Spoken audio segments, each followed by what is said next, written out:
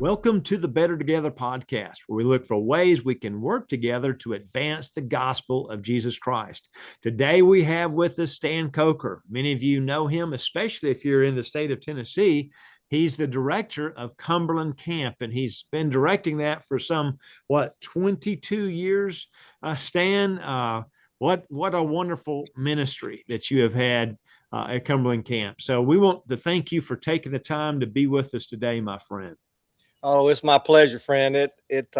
We've come a long way since the days when you and I met in North Carolina. I was pastoring there, and we met at a camp of all places. So yeah, this is kind of full circle for us, but really honored to be with you today.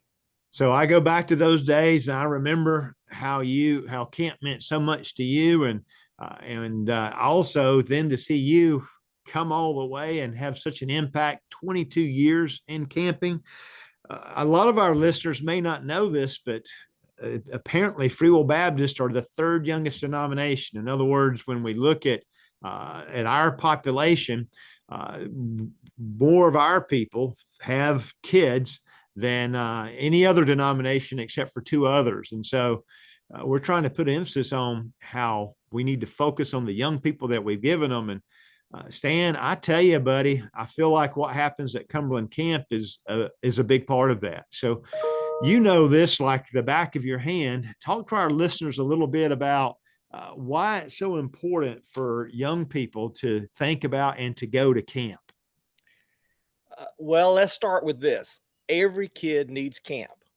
You don't have to pray about it. You don't have to wonder about it. Every kid needs camp every year. I know you would kind of expect that coming from a camp director, right? But honestly, I didn't come to camping from a camp director's approach. I came from camping from pastoring, and I still have that pastor's heart. I pastored two churches for 7 years at each one, and I loved pastoring. The reason that I'm at camp is, besides the fact that God just wanted me here, but it's because I saw it as a way of impacting kids and by extension impacting families and churches in a way that I couldn't necessarily do at home. And that's the game changer. Camp is not about camp. Yeah. That we have kids that come here and, they're like, oh, can I just live here? Because it's a wonderful place for kids and adults as well. You get up in the morning, somebody's got your breakfast cooked and you eat that. And then you go out and you enjoy nature and you play and you spend time in God's word and you pray. And it's just that community that builds around Jesus Christ. It's a temporary thing. We know that, but still camp is amazing. But I'm one of the few people that actually get to live at camp.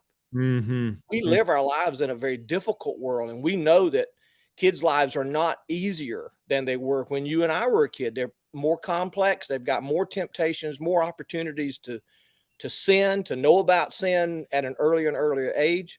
And so camping is not about what happens here at camp, but what happens here at camp is about being able to live that in that real world every day. And so we are about the local church. We are about the family. And so there are people watching this that are saying, well, I'm too old for camp or I don't have kids or whatever, but I'm here to tell you camp is about what's happening to you and in your area. And 100%. And every kid needs camp every year. Just send them. Don't think about it. Just send them, man. So in our day, people went to camp. We went to camp, and a lot of decisions were made. Whether you're an introvert or extrovert, that's your theme. Every kid needs to go to camp, regardless of their personality, regardless of whether they really talk about liking the outdoors or not. And in our day, it was a way to kind of get away from everything, to focus on the Lord, like you talked about, into his word and talking to him. But I believe I also picked up a little bit at the end that you think camp is needed today more than ever because of the challenges, the smartphone and all the rest of it. It's just a way to get alone and to become focused on the Lord. Absolutely. Dr. Moody, I can hear people saying amen all over the place as you made that statement. The average kid today spends over 7 hours a day looking at a screen. Mm-hmm. But they spend less than 7 minutes a week having a conversation with a parent or another adult who's significant in their lives. Mm-hmm. And so no time in history have we had a situation where we needed what camp has to offer more than we do right now. We really So, are in the heyday of coming aside for a week, or mhm. even if you can just get a weekend in, it is life-changing for these kids and for the adults that help them as well. So we need this as part of our rhythm of life. We see Jesus getting away, going to a solitary place. And what you're saying, I think, is this week or this weekend, it creates that kind of opportunity. And that's why camp is so needed. Well, Absolutely. and you're sitting at a camp right now, and you get to camp all the time. So tell us a bit about Cumberland Camp. What is it like Uh, there? well, we love it. We've been blessed to have 360 acres of property here, and we've seen the ministry grow over the years. But um, we do 5 weeks of what we call open enrollment camp, where any kid from any place can come. A, about 75% of those kids are connected to one of our Free Will Baptist churches that actually owns the camp.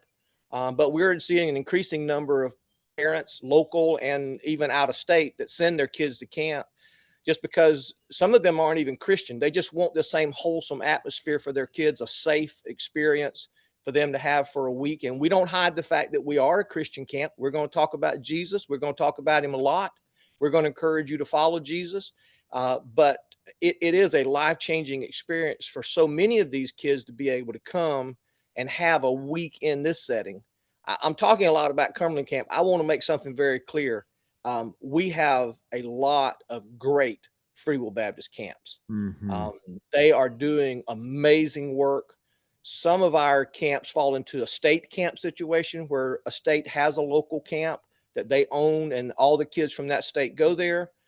Tennessee is as you know, is a very long state, right to left, and so we actually have 2 Free Will Baptist camps in our state, which makes sense for us. We do not have a state camp. Cumberland Camp is owned by a local association of churches, but our camps are doing a tremendous job. So wherever you are as Free Will Baptist watching this, there is a camp somewhere close to you that really needs your support.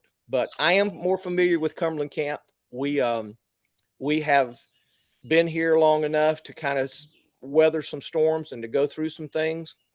We have seen a transition in ministry of kids. Originally, we were a church camp. By that, we primarily served kids from our churches, but we saw an opportunity to attract young people who wouldn't go to your church directly, but they would come to our camp. We've got a zip line, we've got laser tag, we've got a 50-acre lake. We've got all the activities and things. And so we started marketing to them, and now we see ourselves as kind of a side door into your church, Mm-hmm. into your local church. We can get the kid to come here, have that child meet Jesus, and then they're going to want more of this. They're going to want to come to your church. And so that's been a transition for us. Mm-hmm. And it's been a healthy thing. We've seen God bless over the years. I know one of the questions that you and I had talked about earlier was, so what kind of impact do you see from camp ministry? So for us, we see about 5% of our kids that come to camp make a public profession of faith while they are at camp. Now, it's hard to track that. Some of those kids don't let us know. We don't find out till later. A pastor called me a few years ago and said, I just had a baptismal service at my church. And I was like, great. I wondered why he was calling me. He said, I baptized 8 kids that got saved at camp. I only knew about 2 of those. Yeah. Those were decisions that followed up on things at home. And so it's an exciting time to be ministry. So 5% of kids, we've been here a little over 20 years.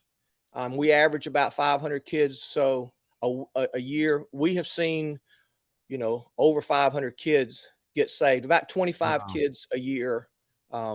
We average a child being saved every day at camp. That is awesome. So I'm a listener, and I'm trying to figure out what my place is in the whole camp experience. If I'm a parent, I want to send my kid to camp. So I hear that. If I'm a Yes. pastor, I want to promote camp. I'm hearing that. And you're also talking about you've got a camp in your area, trying to support it, trying to help it along. to get the full experience, though, it sounds like I want to prepare kids for camp, and then I want to kind of explore what happens when they come back. Talk to us a little bit as a camp director, what kind of relationship you would like to see more like with our churches.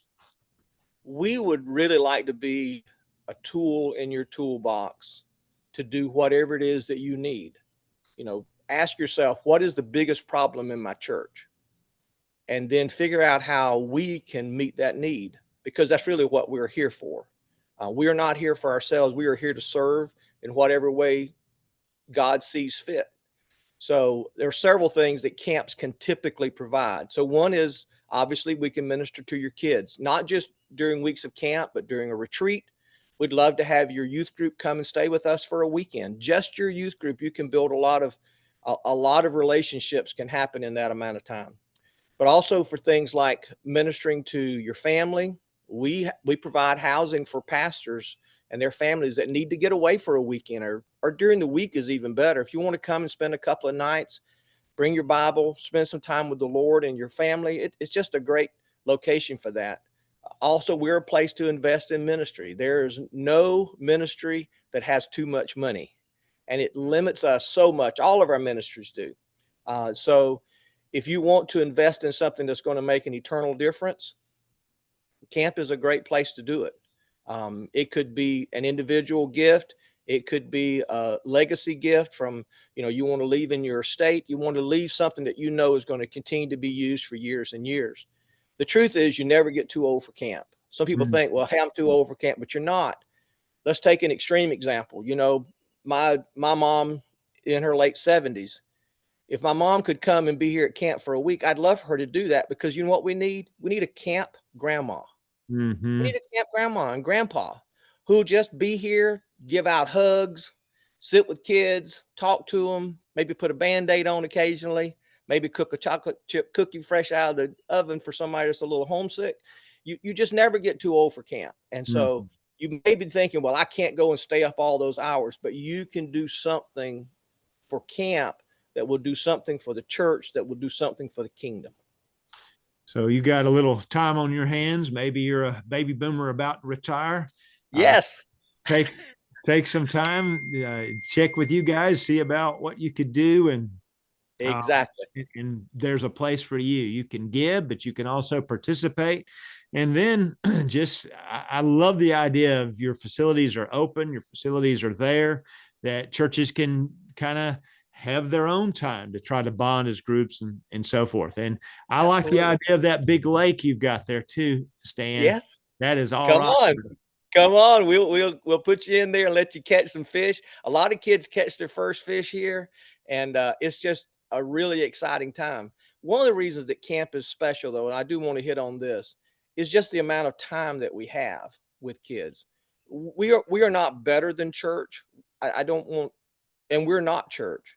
But if an average pastor, let's say, if they have someone come to their service faithfully, let's say they come every week, they're there for every Sunday, except maybe a couple of vacation Sundays. So they get 50 hours a year with them.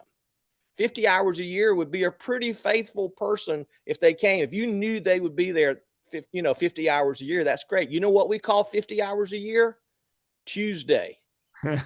We've had 50 hours a year, 50 hours with those kids before Tuesday.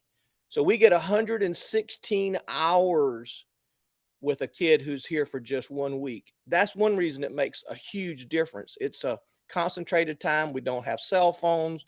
We don't have those screens, those distractions. It's an amazing gift. And camp is God's gift to the church and to your young people, to your young couples, to senior adults.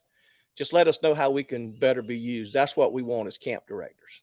That's great, Stan. Well, you've explained it well, and we're getting up on camp season, so we're hoping that if you're listening, that you'll consider that. Think about scholarshiping a kid to go to camp. Maybe think about you yourself volunteering.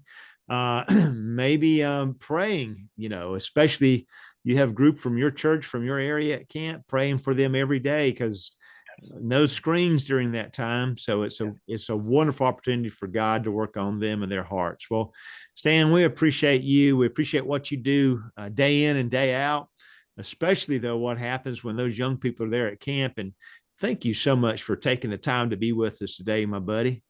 Oh, it's my pleasure. Really is. And if there's anything that we can do for you at camp, please let us know. We thank you. And we thank you for listening today. Please take this podcast. Please share it with someone that you think could benefit from it. Give us a like on Facebook. Subscribe to the channel if you've not done that so far. Remember, every little thing we do, it really does count. It really does matter. When we work together, we accomplish so much more. Thank you for being with us today.